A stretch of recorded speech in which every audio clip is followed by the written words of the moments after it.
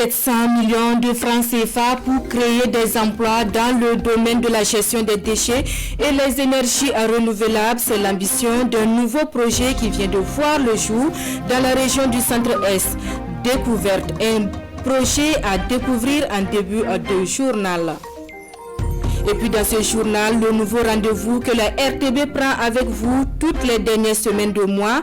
Une semaine à un rendez-vous pour vous faire découvrir une localité du Burkina, de sa population à ses potentialités culturelles et économiques. Pour le premier numéro, Pourra est à l'honneur.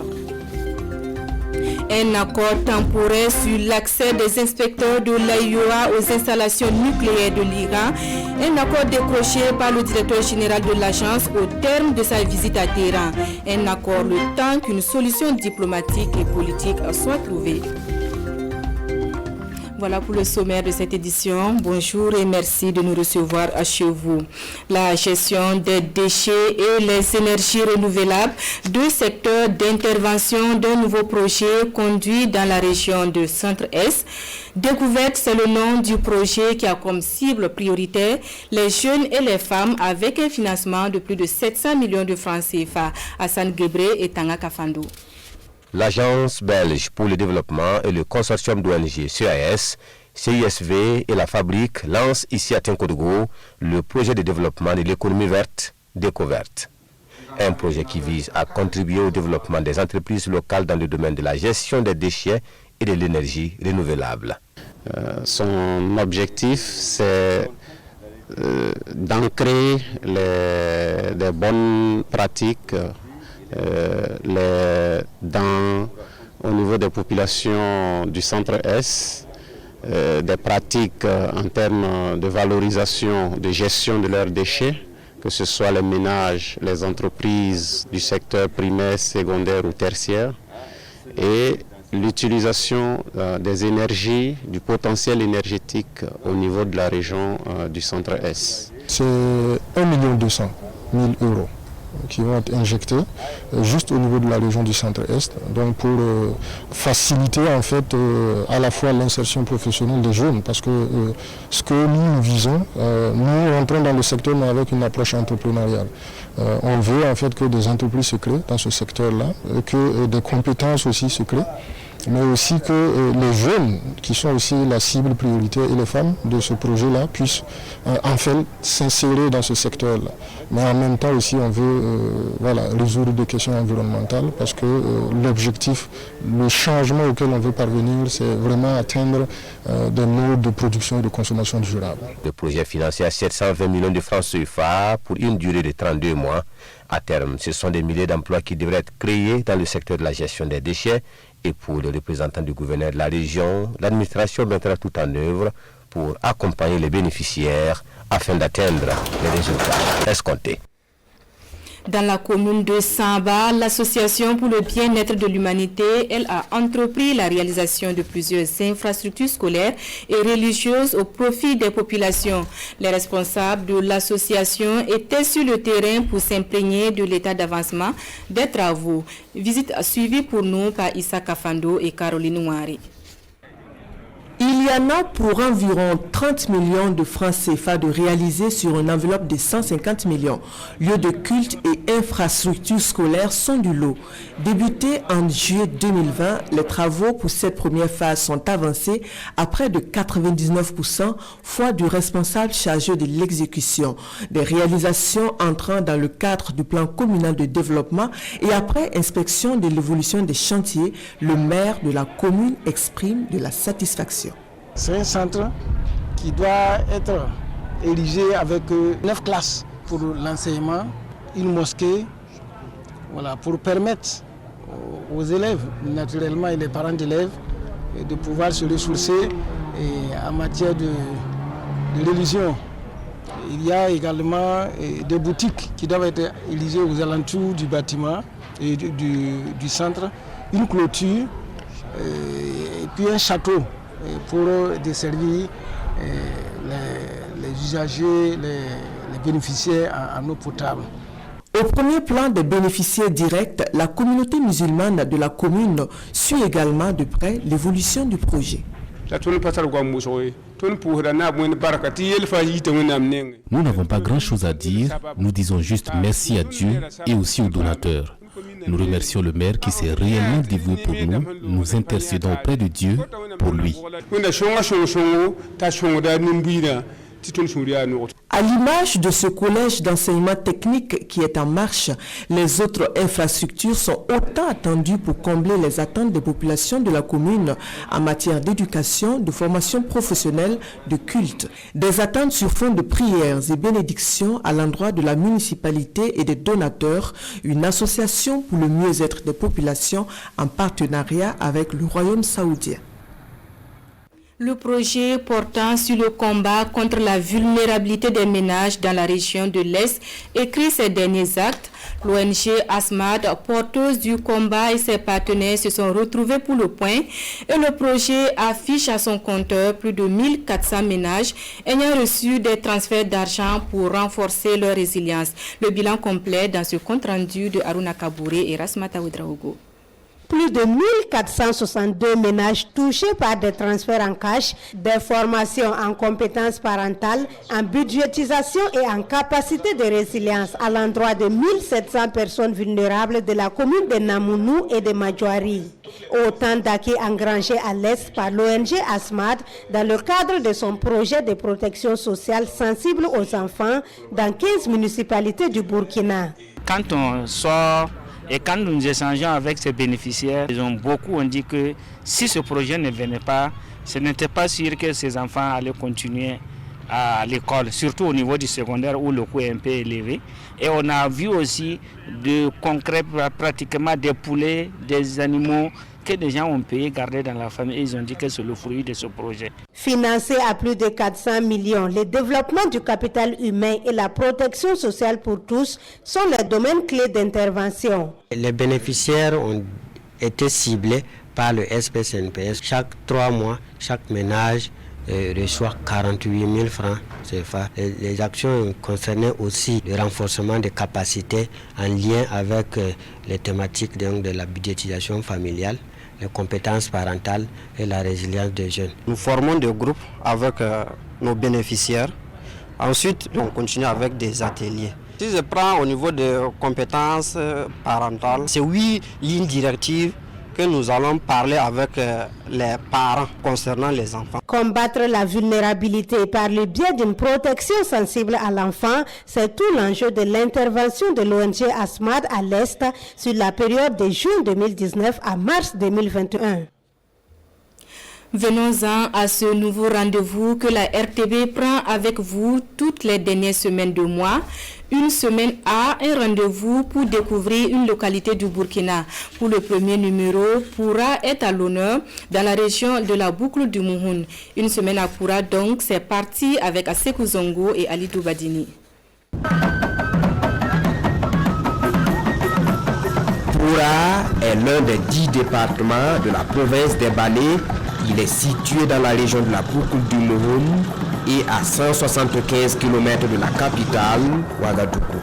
Le département de Poura est constitué de 8 villages administratifs et partage ses frontières avec d'autres régions du Burkina. Le département est limité au sud par le département de Fara, qui est aussi l'un des départements de la province des Balais, à l'ouest par le département de Bouroumo, à l'est et au nord par le département de Zawara, qui relève de la province du Sandié, la région du centre-ouest, et au sud-est par le département de Sili, qui relève de la province de la Sicile, aussi la région du centre-ouest. Poura, ces deux entités, Poura Mine et Poura Village, et c'est là que nous est conté l'historique du département. Poura a été créé aux environs de 1700 par nos ancêtres qui sont venus de Mané. Je pense que c'est après les disputes de chefferie qu'ils sont partis. Ils se sont retrouvés dans la zone ici. En ce moment, ce n'était que la bourse. ici sont installés. Ils ont créé le village de Poura. C'est le blanc qui a déformé le mot en écrivant Poura. Sinon, le poulet qui veut dire développer. Les autochtones au niveau de Poura ici, il y a d'abord les Gounoussi, ensuite il y a les Boaba, il y a les Djan, il y a les Bobodula et quelques Moussi. Aujourd'hui, localité cosmopolite du fait de la multitude de formations sociales, Poura est une zone olivère, d'où sa renommée, qui pourrait alors évoquer Poura sans faire référence à la Sorémie, la première société minière industrielle au Burkina Faso. Une chose est certaine, la localité regorge d'énormes potentialités, mais l'activité principale des populations de nos jours reste l'orpaillage.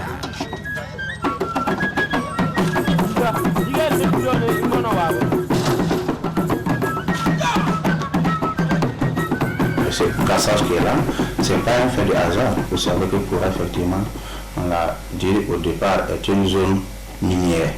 Donc vous savez qu'il parle des zones minières, forcément, il y aura peut-être des attractions. Aujourd'hui, potentialité première, c'est vrai qu'aujourd'hui, partout au Burkina, on dira qu'il y a les mines un peu, il y a l'or partout, mais à Poura est reconnu comme étant une zone d'orpaillage. Donc la première potentialité, si je peux même le dire, c'est d'abord l'or. Deuxièmement, il faut le reconnaître, nous sommes un pays agricole. Voilà. Donc à Poura, nous pratiquons l'agriculture et l'élevage. Ainsi, l'orpaillage fait son oukase à Poura, des broyeurs partout, le traitement de minerais dans tous les coins et recoins de la commune. Une commune dont le territoire est parsemé de trous abandonnés, ce qui n'est pas sans conséquence. Depuis la fermeture de la mine, la société de recherche minière Sorémie à son temps, depuis 1999, alors il faut reconnaître que les populations se sont reconverties dans l'orpaillage artisanal. Et ce qui veut dire qu'il y a trop de problèmes. Vous avez dû remarquer passer par là des broyeurs, vous avez dû remarquer passer par là des traitements de minerais en pleine ville. Nous n'avons plus de terrain cultivable parce que les orpailleurs, à chaque fois, il suffit que des individus aillent trouver quelques traces et que tout le monde se rue là-bas. Et dans ton champ, ça veut dire que tu as tout perdu. Vous savez aussi qu'il parle d'orpaillage, il y a l'utilisation de produits chimiques toxiques. Et c'est très dangereux pour, en tout cas, toute la population. Selon le dernier recensement général de la population et de l'habitat, la commune de Poura compte un peu plus de 19 000 habitants. Elle abrite tous les services sociaux de base, avec bien évidemment la présence des forces de défense et de sécurité qui assurent la quiétude des populations de cette ville minière. Voilà une semaine à Poura, des sujets sur cette localité à suivre dans nos éditions tout au long de la semaine. Hier, 21 février, la communauté internationale commémorait la journée internationale des guides touristiques. À l'occasion, une de nos équipes est allée à la rencontre de quelques guides de la région du Sud-Ouest, des guides qui disent être au chômage technique tant les visiteurs se font rares, crise sécuritaire et sanitaire oblige. Ils se sont confiés à Issa Kazabré et Christophe Da. Lui, c'est un guide du tourisme en service aux ruines de l'Europénie. Il est de ceux qui vendent l'image du site. Le guide est comme un éclaireur pour les visiteurs. En dehors de l'historique du bien qu'il va transmettre aux visiteurs, à travers sa communication bien sûr, il a pour mission, de conserver, de faire la promotion, et de gérer ce patrimoine-là. La motivation n'est pas ce qui manque à ce professionnel du tourisme et pourtant aujourd'hui, il cherche son second souffle à cause du contexte sécuritaire et sanitaire. Au niveau des ruines de l'Européenie, un site qui pouvait accueillir en moyenne 300 visiteurs par mois se retrouve aujourd'hui avec moins de 20 visiteurs. Vous voyez comment c'est. Voilà, c'est la désolation totale. La désolation n'épargne aucun guide au Sud-Ouest, pas même ce freelance du haut de ses 31 ans d'expérience, même s'il préfère retenir son empreinte sur le secteur du tourisme dans la région. Bon, il y a des moments difficiles, mais on ne se plaint pas. Je suis content parce que j'ai laissé un souvenir dans le monde entier. Parce que un touriste qui arrive au Burkina et qui ne vient pas dans la région du sud-ouest, il n'est pas satisfait. Il n'est pas satisfait. Et au niveau des guides, nous travaillons à ce que la région du sud-ouest soit une région incontournable. Les effets de la crise sanitaire ont aussi touché le musée des civilisations du peuple du sud-ouest, mais ici, les guides essayent de s'adapter au nouveau contexte. Leur astuce, miser sur le tourisme interne. Les autorités aussi peuvent jouer un rôle clé dans le tourisme local, très peu développé au sud-ouest. C'est du moins ce qu'estiment les professionnels. Ce que nous voulons est que les gouverneurs ou bien les autorités politiques mettent plus d'action là-dessus.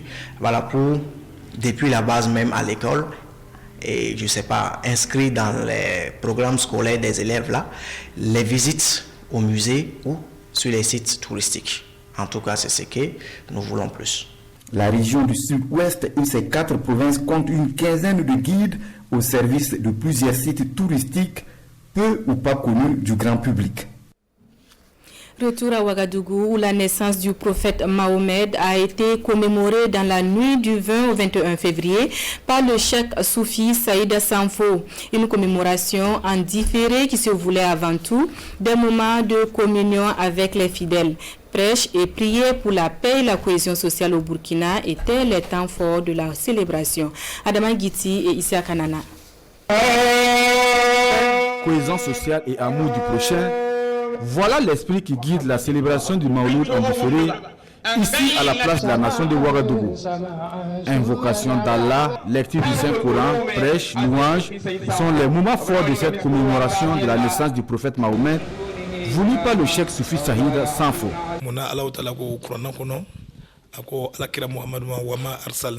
Dieu dit dans le Saint-Coran, le prophète Mohammed est une source de bénédiction pour toute l'humanité.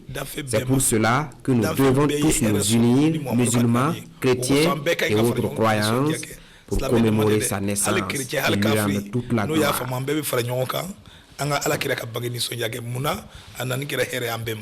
Dans un monde d'intolérance religieuse, de stigmatisation, d'insécurité, cheikh soufi Saïd Sanfo et ses fidèles appellent au vivre ensemble. Venus de Ouagadougou, de Bobo Dioulasso et d'autres régions du pays, ces fidèles s'unissent ainsi dans la prière pour un Burkina Faso de paix.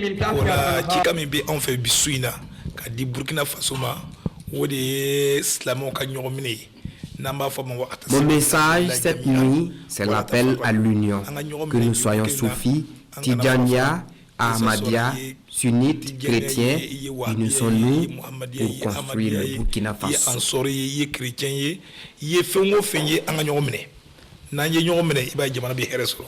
Ainsi, toute la nuit et jusqu'au petit matin, des prières ont été dites au nom de la paix, de la tolérance et de la cohésion sociale au Burkina Faso. Hors de nos frontières, le directeur général de l'Agence internationale de l'énergie atomique a achevé sa visite à Téhéran, une visite qui lui a permis de trouver une solution mutuellement acceptable sur la question de l'accès des inspecteurs de l'AIOA aux installations nucléaires de l'Iran. Ne nous voilons pas la face, l'accès aux installations nucléaires de l'Iran sera réduit, mais la situation est sauvée dans l'immédiat. C'est la conclusion de la visite du directeur de l'Agence internationale de l'énergie atomique, Raphaël Grossi, en Iran.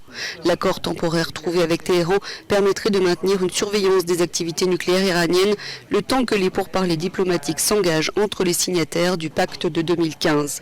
L'Iran attend notamment la levée des sanctions économiques remises en place sous Donald Trump. En premier lieu, nous avons reconfirmé que l'Iran continuera à mettre en œuvre l'accord de garantie généralisé sans aucune limitation, comme il l'a fait jusqu'à présent, a expliqué le directeur de l'AIEA.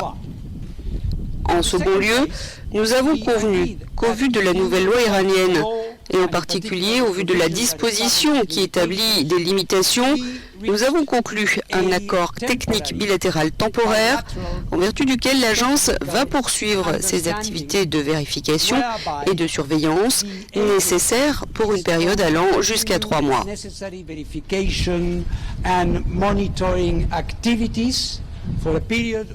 L'Iran affirme que l'accord ne donne aux inspecteurs que 70% de l'accès dont ils bénéficient actuellement. Mais l'AIEA soutient que des contrôles inopinés restent possibles et que le nombre d'inspecteurs de l'agence restera inchangé dans le pays. C'est à présent aux diplomates de trouver une solution politique. Ils ont 3 mois pour remettre à plat l'accord de Vienne de 2015, accord qui prévoit une levée progressive des sanctions internationales en échange de la garantie que l'Iran ne se dotera pas de l'arme atomique, même si la République islamique a toujours nié avoir de telles intentions. Une réunion informelle sous l'égide de l'Union européenne est envisagée. Un coup d'œil sur les quotidiens dans leur première parution de la semaine et les journaux sont feuilletés pour nous par Boukari Ouedraogo. Qui de Bazoum ou de Ousmane sera le futur président du Niger, s'interroge l'Obs. Les électeurs se sont en tout cas rendus hier dans les urnes, nous informe Karim Badolo de Sidouaya, qui s'est notamment intéressé au vote du président sortant, Mahamoudou Issoufou. Il affirme d'ailleurs être fier de passer la main à un autre chef d'État, démocratiquement élu.